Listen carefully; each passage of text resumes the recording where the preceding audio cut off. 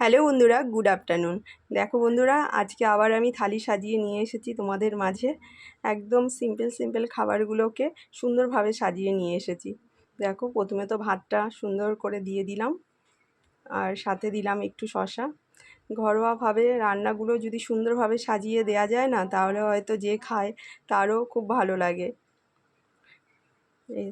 কি বলো তো, আমি একদম ঘরের খাবার দিয়ে আজকে রাজকীয়ভাবে সাজিয়ে দিয়েছি। এই দিলাম উচ্ছে ভাজা, আর সাথে রইলো একটু আলু ভাজা। আচ্ছা, তোমাদের কেমন লাগছে আমার থালি সাজানোগুলো তোমরা কিন্তু কমেন্ট করে অবশ্যই জানিও। কেননা কি বলো তো, আমি যেটা পারি বা যেটা করতে ভালোবাসি সেটাই হলো তোমাদের সামনে আমি তুলে ধরি। আর এই দেখো, এটা হলো চিচিঙ্গা ভাজা, আর সাথে রইলো একটা মাছ ভাজা।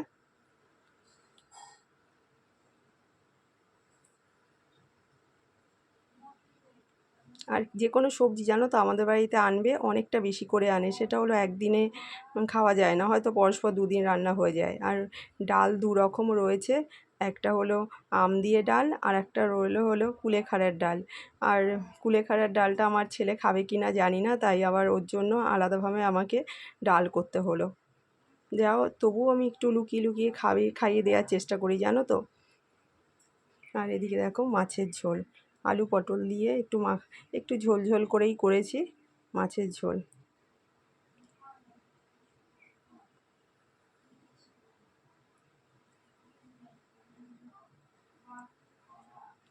আর কুলেখাড়া তো খুব খাওয়া ভালো, কিন্তু কীভাবে রান্না করে, মানে কুলেখাড়া যদি শুধু জল করে খাই না, মানে ফুটিয়ে যেটা, সেটা না খেতে ভালো লাগে না, খেতেও পারি না। তাই হলো এইভাবেই খেয়ে নিই আমরা মাঝে মাঝে। আর সাথে রইলো শেষ পাতে দই। আজ এই পর্যন্তই রইলো। সকলে ভালো থেকো, সুস্থ থেকো।